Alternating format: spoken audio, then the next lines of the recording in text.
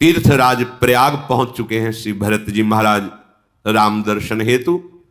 प्रयागराज जी की महिमा को जानते हैं भरत जी कि धर्म अर्थ काम मोक्ष सब कुछ देने में समर्थ है तीर्थराज प्रयाग। भरत जी ने कहा कि क्षत्रिय कुल में रघुवंश में जन्म हुआ, इसमें हाथ फैलाना निषेध है।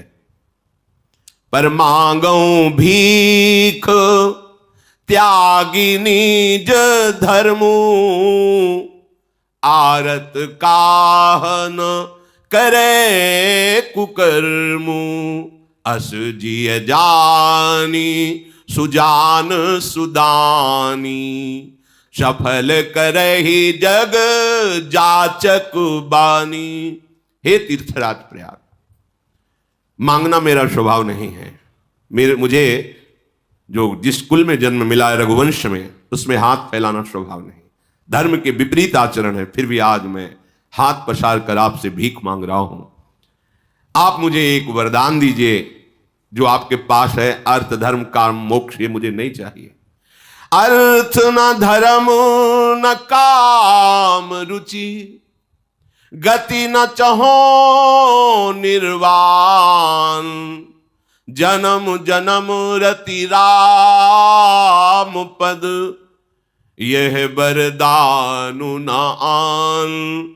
हे परम पावन तीर्थराज प्रयाग, आप कृपा करके मुझे आशीर्वाद दीजिए, मुझे भिक्षा दीजिए कि मेरे कर्म के अनुसार बार बार जन्म हो, जहां भी हो, मैं अपने प्राण प्यारे श्री राम जी के चरणों की अविरल भक्ति से युक्त हूं, प्रभु के चरणों का मुझे प्रेम प्राप्त हो।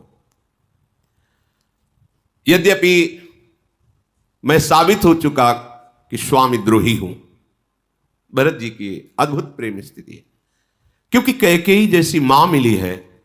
मैं ही निमित्त बना राम वनवास के लिए, मैं ही निमित्त बना महाराज दशरथ जी के प्राण त्यागने का हेतु बना। न राम जी वनवास जाते, न महाराज का अंत समय आता, उस सब का कारण मैं हूं। पर फिर भी मैं आपसे अधिकारी तो नहीं हूं, पर मैं आपसे मांगता हूं, सीताराम चरण रति मोरे, अनुदिन बढ़ऊ अनुग्रह तोरे। हे तीर्थराज, श्याराम जी के चरणों में प्रतिदिन प्रेम बढ़ता रहे, ऐसा अनुग्रह, ऐसी कृपा आप कीजिए। भरत जी महाराज की जो दैन्यता है, ये हर प्रेमी हृदय में जब आती तभी आराध्य देव के प्रति ऐसा प्रेम होता है। तनिक भी कहीं कोई भी गुणाभिमान नहीं। भरत जी और प्रभु श्री राम जी में इतना भी अंतर नहीं, वही प्रभु है, पर प्रेम जिसके हृदय में होता है, कहीं भी गुणाभिमान छू नहीं जाता। तो हमारी यात्रा है प्रेम की। किसी भी तरह के, किसी भी अभिमान वृत्ति का जो हृदय में स्फुरण हो, आदर मत कीजिए, स्वीकार मत कीजिए, वो नष्ट हो जाएगी। जब आप सुखी होते हैं उस वृत्ति से, उसका आदर करते हैं, तब आपका पतन शुरू हो जाता है प्रेम मार्ग से। प्रेम दुर्लभ वस्तु है। मेघ चाहे जन्म भर चातक की याद न करे, मांगने पर जल की जगह वो वज्र पत्थर बरसावे। क्या चातक की रटन में कभी कमी होती है क्या? नहीं, उसका और प्रेम बढ़ता रहता है। ऐसा उपासक होता है भगवत प्रेम मार्ग का। जीवन भर उसको ये दुख विपत्ति संकट पे संकट देते रहे, कभी आनंद कभी परमानंद की वृत्ति ना दे, तो भी प्रेम प्राप्ति की लक्ष्य वृत्ति रखने वाला उपासक प्रतिपल आनंदित होता हुआ आगे बढ़ता जाएगा। आज तक तो कभी दर्शन दिए नहीं, आज हृदय जल रहा है, ये प्रेम ही नहीं, ये सब रोने धोने वाले लोग हैं। प्रेमी बहादुर होते हैं, सीधा वार हृदय में सहते रहते हैं और आह भी नहीं निकलती, आह भी नहीं निकलती। जिए सराह सराह, जय हो आपकी। यद्यपि वो पाषाण वर्षण कर रहा है, जबकि वो पी पी कह करके एक बूंद जल मांग रहा है, वो जल की जगह गर्जना करके मानो डांट रहा है, पाषाण वर्षण। लेकिन चातक के पंखों में जब ओले गिरते हैं तो समझता मेरे मेघ का स्पर्श है, उसे दुलार नजर आता है। भगवान के द्वारा दी हुई प्रतिकूलता भक्त उसे उपहार समझता है, दुलार समझता है। ये सांसारिक बुद्धि से क्यों में उसे नहीं समझ में आता। ये हृदय की बात है प्रेमियों की। उसका प्रेम बढ़ता रहता है। जैसे तपाया जाए तो स्वर्ण में चमक और बढ़ती है, ऐसे ही प्रीतम के प्रेम निर्वाह करने वाले उपासक के ऊपर जितनी प्रतिकूलता आती है उसका और प्रेम गौरव को प्राप्त होता है और बढ़ता है। यह बात समझनी पड़ेगी। भजन तो करते हैं पर हृदय जलता रहता है, कोई काम बनता नहीं है, अश्रद्धा हो रही है। आप कहते हैं सब नाम से पूर्ण हो जाता है, मेरा विश्वास डगमगा रहा है। अरे था कब विश्वास तेरा? डगमगाए तो तब जब ना हो। तेरा विश्वास तो भोगों में है, तेरा विश्वास तो अनुकूलता में है, तेरा विश्वास तो जहां विश्वास नहीं करना चाहिए वहां है, इसलिए डगमगाया। नहीं तो जिनको विश्वास है ना, तो आप भी स्वयं विश्वास नहीं हटा सकते। जिनके लिए विश्वास है आप भी नहीं डिगा सकते। मिलो ना मिलो ये आपकी इच्छा की बात है, लेकिन हमारे एकांतिक प्रेम को, एकांतिक निष्ठा को आप भी नहीं हटा सकते। बोले फिर तुम्हें हम नरक देंगे, तो हम वहां भी बोलेंगे जय श्री राधे। हमारी निष्ठा को अब आप नहीं हटा सकते, क्योंकि आपकी चाहत, आपकी प्रियता अपनी तरफ से है। आप मुझे देखें तो आप मेरे प्यारे, आप मेरे अनुकूल चलें तो आप मेरे प्यारे, आप मेरे मन की कामनाएं पूर्ण करें तो आप मेरे प्यारे, हम आपको एक बार हाथ जोड़े, आप 2 बार जोड़े तो आप हमारे प्यारे। ये प्रेम नहीं, ये तो वाणिज्य व्यापार है। भगवान श्री कृष्णचंद्र जी के शब्दों में कि जो प्रेम करने वालों से प्रेम करते हैं वो तो व्यापार। आप हमें चाहते हैं, हम आपको चाहते हैं। हमारा जो प्रेम मार्ग है वो आपकी क्या इच्छा इससे नहीं कि आप हमें देखें, आप हमें दुलार करें, आप हमारे सामने हमारी बड़ाई करें, हमारे अनुकूल चले तो जय हो, आप हमारे प्रेमी नहीं।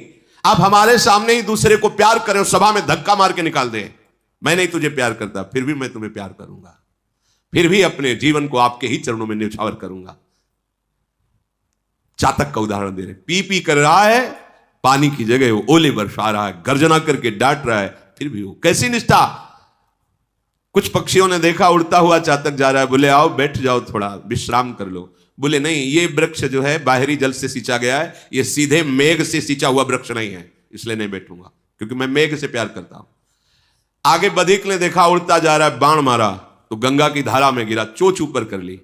पक्षियों ने पूछा चोंच ऊपर क्यों किए? भागीरथी का पावन जल तेरी चोंच में चला जाएगा, तू पवित्र मुक्त हो जाएगा, कल्याण हो जाएगा। बोले नहीं, मेरा नाम चातक है, मैं सिर्फ मेघ से बरसे हुई जल को लेता हूं, मरते दम तक गंगा का एक बूंद भी अपनी चोंच में नहीं आने दूंगा। ये है, इसे कहते हैं प्रेमी। चातक का उदाहरण प्रेमी से दिया गया है। प्रेम एक अलौकिक वस्तु है, इसमें स्वार्थ की गंध नहीं है। जहां थोड़ा भी स्वार्थ होता है वहां अभी प्रेम प्रकट नहीं हुआ। प्रेम का स्वभाव होता है मर के मिट के भी अपने प्रीतम को सुखी करना, प्रीतम से सुख लेना नहीं, प्रीतम को सुखी करना। चंद्रमा से चकोर प्यार करता है, जानता है मैं उड़कर भी नहीं पहुंच सकता। विचार किया क्या करूं, कैसे मेरे प्रीतम चंद्रमा का मुझे स्पर्श प्राप्त हो। तो ठीक है, मैंने सुना है भगवान शंकर चिता की भस्म की लेप करते हैं। चिता भस्मा लेपो गरल मशनम दिक्पट धरो जटाधारी कंठे भुजगपतिहारी पशुपति कपाली भूतेशो। तो मैं राख बन जाऊं, तो शायद भगवान शंकर मेरी चिता की राख को ऐसे लगाएंगे तो मस्तक में द्वितीया का चंद्रमा विराजमान है, मुझे मेरे प्रीतम से मिलन हो जाएगा। आहा, ये प्रीति का स्वरूप। वो भस्म होना चाहता है, अपने प्रीतम के मिलन के लिए अपने प्रिय शरीर को अग्नि में जलाना चाहता है। मीठो कहा अंगार में जाहि चकोर चबाए, अंगार खाता है चकोर। मैं भस्म हो जाऊं और मेरी शरीर की राख को देवाधिदेव महादेव जब मस्तक पर धारण करेंगे तो वही चंद्रमा विराजमान है, मेरा प्रिय चंद्रमा मुझे मिल जाएगा। जैसे स्वर्ण तपाने पर वो और चमकता है, ऐसे भगवत प्रेमी महात्मा के सामने जब प्रतिकूलताएं आती हैं तो उसका और यशवर्धन होता है, उसका और प्रेम वर्धन होता है। भरत जी के ऐसे दैन्य वचन सुनकर के त्रिवेणी में मंगलमयी वाणी प्रकट हुई और कहा, तात भरत तुम सम विधि साधु, राम चरण अनुराग अगाधु, बादी गलानी करहु मन माही, तुम सम राम ही को प्रिय नाही। आकाशवाणी हुई संगम त्रिवेणी में, हे तात भरत तुम सब प्रकार से साधु हो, तुम्हारा हृदय अथाह राम प्रेम में डूबा हुआ है, तुम तो व्यर्थ में ही ग्लानि कर रहे हो। तुम्हें पता है श्री राम जी को तुम प्राण प्यारे हो, तुम्हारे समान राम जी को और कोई प्रिय नहीं है। तन पुल क्यों ही हरसि सुनी, बेनि बचन अनुकूल। भरत धन्य कही धन्य सुर, हर्षित बरसहि फूल। जय हो ऐसा कह के देवता लोग भरत जी पर पुष्प बरसा रहे हैं। ये वाणी सुनकर कि तुम्हें राम जी बहुत प्यार करते हैं, भरत जी के तन में रोमांच हो रहा है, आंखों से अश्रु बह रहे हैं। तीर्थराज प्रयाग में जितने भी रहने वाले ब्रह्मचारी, वानप्रस्थ, गृहस्थ, उदासीन, सन्यासी आदि हैं, सब दौड़ दौड़ करके भरत जी के दर्शन करने आते हैं। भरत जी का शील, स्वभाव, दैन्यता, पवित्रता, प्रेम, ये देख करके सब भरत जी की सराहना करते हैं। श्री भरत जी महाराज मुनियों के दर्शन करते हुए मुनिराज भरद्वाज जी के समीप आए, जहां भगवान पहले आए हुए थे। मुनि ने देखा कि भरत जी अश्रु पुलकित होकर दंडवत कर रहे हैं। भरत जी को दंडवत करते देखकर मुनि पुलकित होकर कह रहे, आज हमारा सौभाग्य उदय हुआ है। दौड़ पड़े, प्रेम विवश होकर भरत जी को हृदय से लगा रहे हैं, बहुत दुलार कर रहे हैं, आशीर्वाद दे रहे हैं। भरत जी ऐसे संकोच में है कि मानो हम कहीं छुप जाएं। क्यों? बड़ा सोच है कि अगर ये महर्षि हमसे कोई भी प्रश्न करेंगे तो मैं उत्तर नहीं दे पाऊंगा। बहुत दैन्यता में भरत जी। भरद्वाज ने कहा, कुछ पूछने की जरूरत नहीं, मुझे सब पता है, आप संकोच मत कीजिए, आपको कुछ बोलने की जरूरत नहीं इस विषय पर। ये कैसे हो गया? क्या तुम्हारी सम्मति नहीं थी? क्या तुम्हें पता नहीं था कि तुम्हारे राज तिलक को लेकर श्री राम का वनवास निश्चित किया गया है? अगर ऐसे कुछ प्रश्न हुए तो मैं क्या उत्तर दूंगा? भरत जी भरद्वाज जी, नहीं, सुनो, हमें सब कुछ पता है। भरद्वाज जी कह रहे, तुम्हें ग्लानि नहीं करना चाहिए, ऐसा ही विधान है। इसमें कैकेयी का भी कोई दोष नहीं है, क्योंकि ऐसा विधान रचा गया है। उसी विधान में कैकेयी की भी बुद्धि है। जो विद्वान हैं, वेदमत को जानने वाले हैं, वो कभी किसी को दोष नहीं देते हैं, जानते हैं कि विधान है, प्रभु का विधान हुआ है। तात, तुम्हारा स्वभाव निर्मल है, तुम्हारा विचार निर्मल है, तो तुम्हारा यश भी निर्मल है। तुम बिल्कुल संकोच मत करो। तुम्हारी बड़ाई तो मैं देख रहा हूं इस लोक में और उत्तम लोकों में भी अभी अभी वर्तमान में हो रही है। भरद्वाज जी को पूरा त्रिभुवन ऐसे दिखाई देता है जैसे हथेली पर बेर रख लो, चारों तरफ से देखो, ऐसे वो महापुरुष है कि समस्त ब्रह्मांडों को बैठे बैठे देख रहे हैं ब्रह्मलोक में क्या हो रहा है। ये तो सत्य सिद्धांत है कि पिता जिसे राज्य देता है वही राज्य का अधिकारी होता है। तुमने राज्य स्वीकार नहीं किया, तुमने राम प्रेम स्वीकार किया, तुम सत्यव्रती हो। यदि तुम राजा के पद पर भी बैठ जाते तो राम जी को सुख होता, अधर्म नहीं होता, क्योंकि पिता ने दिया है, लेकिन तुमने उसका त्याग किया और राम प्रेम को स्वीकार किया। भरत जी, मैं जानता हूं ये जो सारे अनर्थों की जड़ दिखाई दे रही भगवान श्री राम का वनगमन, सबको पीड़ा हुई है इससे, पर इसमें बहुत मंगल छुपा हुआ है। भरद्वाज जी कह रहे, बहुत से ब्रह्म ऋषियों का दर्शन, बहुत से ऐसे असुर निशाचरों का वध, परम उद्धार उनका, जो भागवतिक विधानों में विघ्न डालने में समर्थ है, जिनको मंत्रों के द्वारा भी नहीं रोका जा सकता। इसलिए वनगमन यद्यपि दुखदाई है, पर वो ऋषियों के लिए, जगत मंगल के लिए है। भावी वश ऐसी कुचाल हुई है, तुम किसी को दोष मत दो। मैं निश्चित कहता हूं कि जो तुम्हें दोषी ठहराएगा वो अधम अज्ञानी दुर्गति को प्राप्त होगा। यदि तुम राजा बनते तो भी कोई तुम्हें दोषी नहीं ठहरा सकता था, पर तुमने तो राज्य का त्याग करके राम प्रेम स्वीकार किया। भरत, तुमने बहुत अच्छा किया। जो प्रभु के दर्शन के लिए राज्य त्याग करके चल पड़े। यह तुम्हारा समस्त मंगलों का मूल है, रामचरणारविंद का प्रेम, क्योंकि राम ही तुम्हारे धन है, जीवन है, प्राण है। जिसके राम ही धन है, जीवन है, प्राण है, उससे बड़ा धनी और सौभाग्यशाली कौन हो सकता है?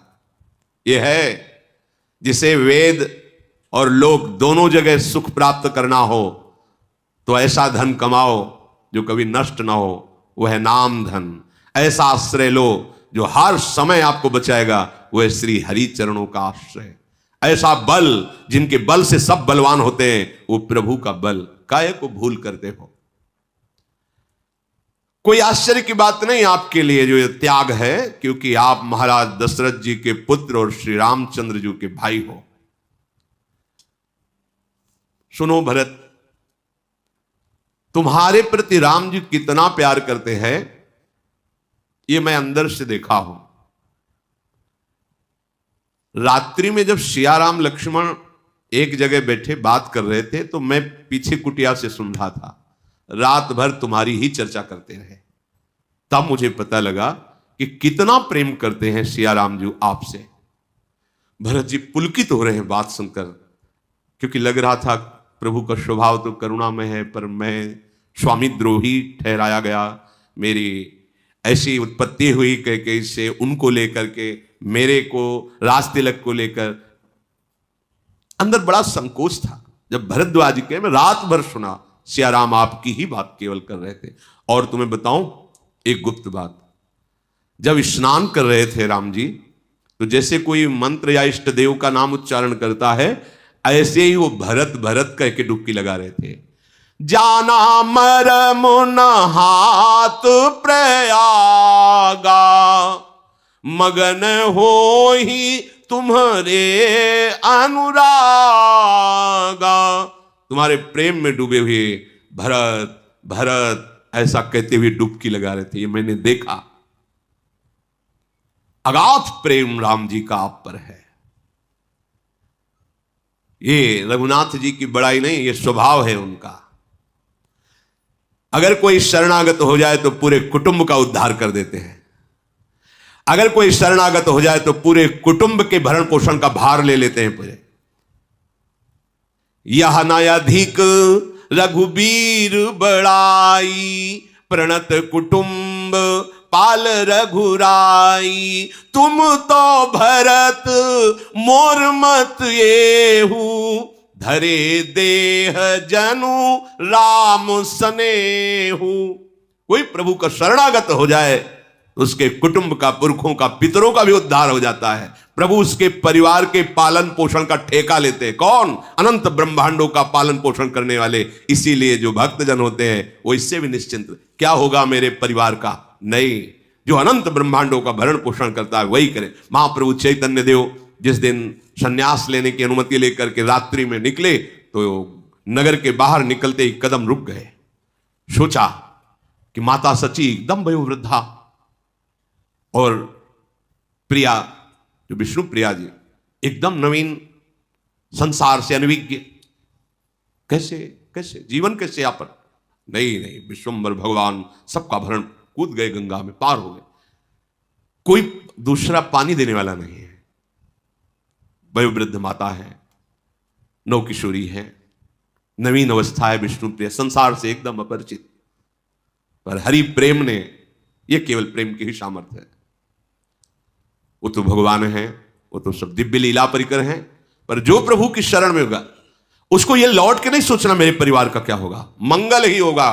क्योंकि तुम सच्चे शरणागत हो तो तुम्हारे पूरे परिवार का भरण पोषण। यहां भी देखो, सरकारी हिसाब देखो, अगर आप सरकारी किसी विशिष्ट पद में हैं तो आपके परिवार के जैसे माता पिता हैं, फ्री यात्रा कर सकते हैं, ट्रेन में कर सकते हैं, काफी सुविधाएं होती हैं।